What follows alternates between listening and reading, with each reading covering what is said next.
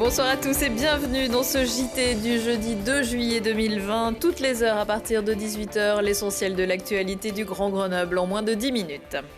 Les vélos, poney et trottinettes Tir Mobility en libre service débarquent à Grenoble. Dans un premier temps, ce seront 500 trottinettes électriques qui vont être déployées à partir de samedi dans la ville-centre, mais aussi sur le campus de Saint-Martin-d'Hères et à Mélan, au cœur d'Inno-Vallée. 500 vélos à assistance électrique seront mis à disposition fin août. Pas question de les poser n'importe où et n'importe comment, mais sur leurs aires de stationnement dédiées et avec des règles d'usage bien définies, sous peine de contravention ou de voir son compte bloqué. La vitesse des trottinettes sera limitée à 20 km/h, 25 km/h pour les VAE. Le tarif pour les trottinettes, 1 € pour le déblocage et 15 centimes par minute. Même si les restaurants ont depuis quelques semaines été autorisés à rouvrir leurs salles, les établissements ont été fortement impactés par la crise sanitaire. Aujourd'hui, les restaurateurs lancent clairement un appel aux clients pour que ceux-ci reviennent à les faire travailler, ainsi que toute la chaîne des produits locaux sur circuit court. C'est le cas de cet établissement emblématique des contreforts de la Bastille, chez le Père Gras, Lucille Dailly. L'établissement semble perché sur pilotis au-dessus du bassin grenoblois, comme un poste d'observation sur les massifs, sur les vallées, sur les villes et villages. Ici, les touristes découvrent et admirent la région pendant que les locaux s'amusent à trouver leur logement ou un bout de quartier. Cette situation exceptionnelle donnerait elle seule son statut d'institution au Père Gras. Mais le restaurant ne s'en contente pas.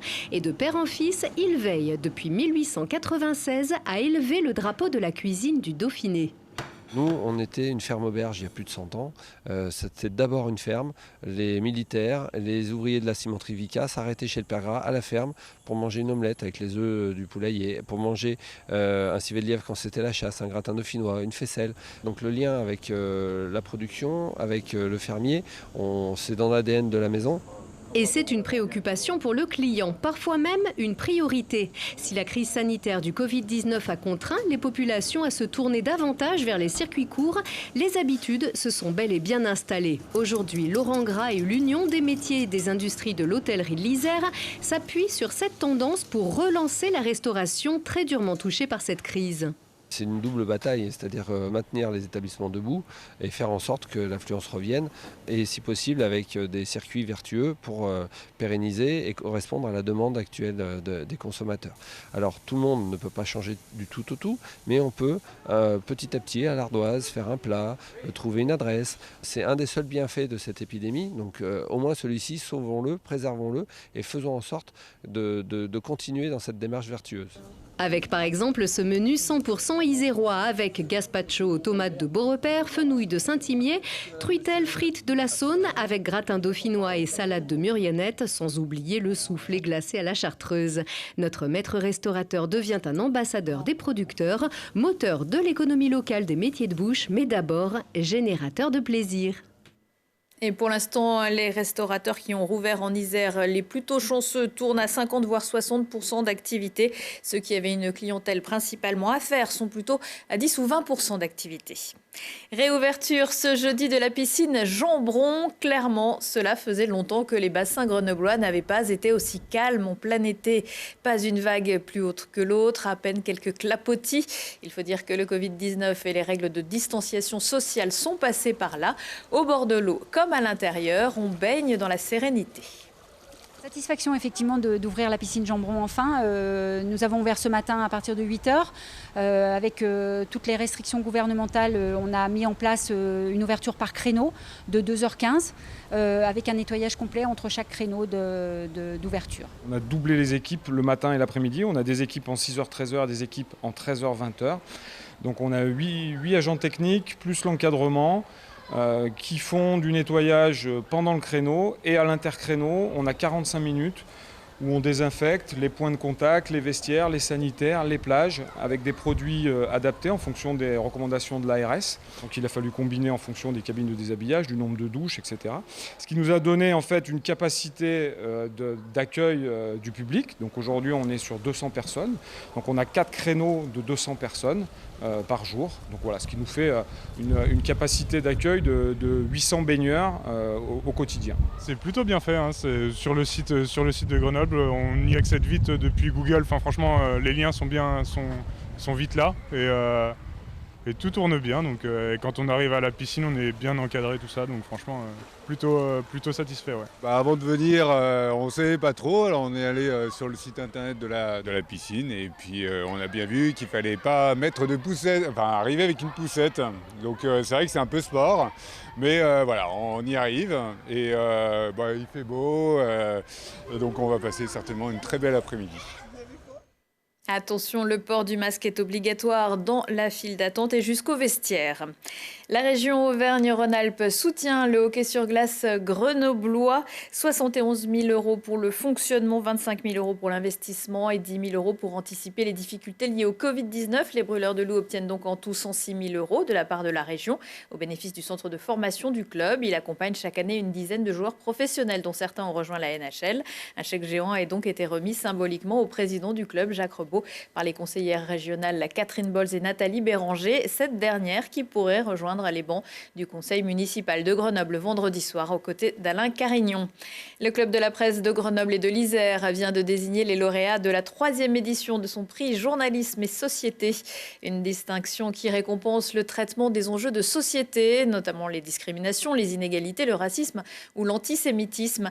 Parmi les 5 prix, dans la catégorie étudiante UGA, c'est Rita Meyer-Peratia de l'Institut d'études politiques qui s'est imposée avec un court-métrage en noir et blanc, un texte entre rap et slam. On regarde un extrait. 1928 naquit l'étoile de mille sémites, époque du Ménorah, premier journal juif de l'État. La France créait des ponts entre nations et religions, c'était le défi sioniste d'une frange jadis, progressiste. 1939, le Judée règne conquit les mœurs, époque aux Caraïbes errent des Juifs du Saint-Louis. La France accueille en masse avant que Pétain ne prenne sa place, zone non occupée, futur Judas des indésirés. Chine le rat, Chine pas, on a tous au fond du cœur son émalia. Qu'elle soit hédoniste, opportuniste, demain il est temps d'écrire la bonne liste.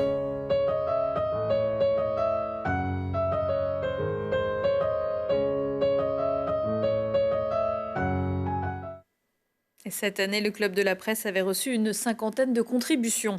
Et si vous êtes fan de courts-métrages, le Festival du film court presque en plein air de Grenoble organise une projection de film en compétition officielle vendredi à 14 h au cinéma Le Club, en présence de 2 réalisateurs grenoblois dont les cours sont en lice. C'est le moment du planter de bâton dans notre série rétro jour pour jour. Retour aujourd'hui 8 ans en arrière avec le retour inattendu du ski d'été à l'Alpe d'Huez. C'était le premier week-end de juillet 2012. Quoi de plus original que de démarrer la saison d'été les pieds dans la neige? Grâce à un enneigement abondant cet hiver, l'Alpe d'Huez a décidé d'offrir à ses clients 2 journées de ski. C'est un moment d'histoire puisque c'est vrai que ce glacier a été dans les années 66-67 un des premiers glaciers à être ouvert à la pratique du ski. Il y avait vraiment une saison de ski à l'Alpe d'Huez l'été qui durait à peu près un mois et demi, voire un peu plus les très bonnes années. Alors c'est sûr que tout ça, l'histoire s'est arrêtée en 2005. C'est malheureux. Aujourd'hui, on a l'occasion de la faire reprendre. Écoutez, je crois que c'était l'occasion ou jamais. Environ 250 passionnés ont répondu présent à l'appel et ont ainsi pu profiter d'une neige de printemps remarquable. Une première pour certains. Moi, quand j'étais gamin, j'avais skié une fois, ça fait remonter à longtemps. Mais voilà, moi je ramène ma soeur là, du coup, c'est génial. Et moi personnellement, c'est ma première fois que je skie ici sur l'Alpe d'Huez l'été. Et c'est comment alors du coup? Du coup c'est génial, c'est un peu insolite quoi, et il y a quand même des super bonnes conditions. Et puis on s'éclate. Un bon temps, une bonne neige, parfait.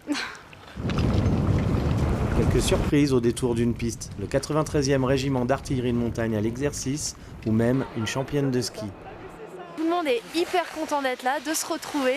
Il y a vraiment les fans de ski, des petits bouts de chou, des anciens, des jeunes qui font des kicks, les petits du club. C'est la grande famille du ski qui se retrouve et qui se réjouit ici sur le glacier de l'Alpe. Un succès à renouveler si la nature voulait bien laisser une seconde chance au glacier de Sarenne. On ne sait pas de quoi demain sera fait. On a fait un essai. Une page de l'histoire du glacier de Sarenne sera peut-être tournée demain. Ou une autre page, on verra. Mais bon, on a voulu prouver que ce n'était pas impossible.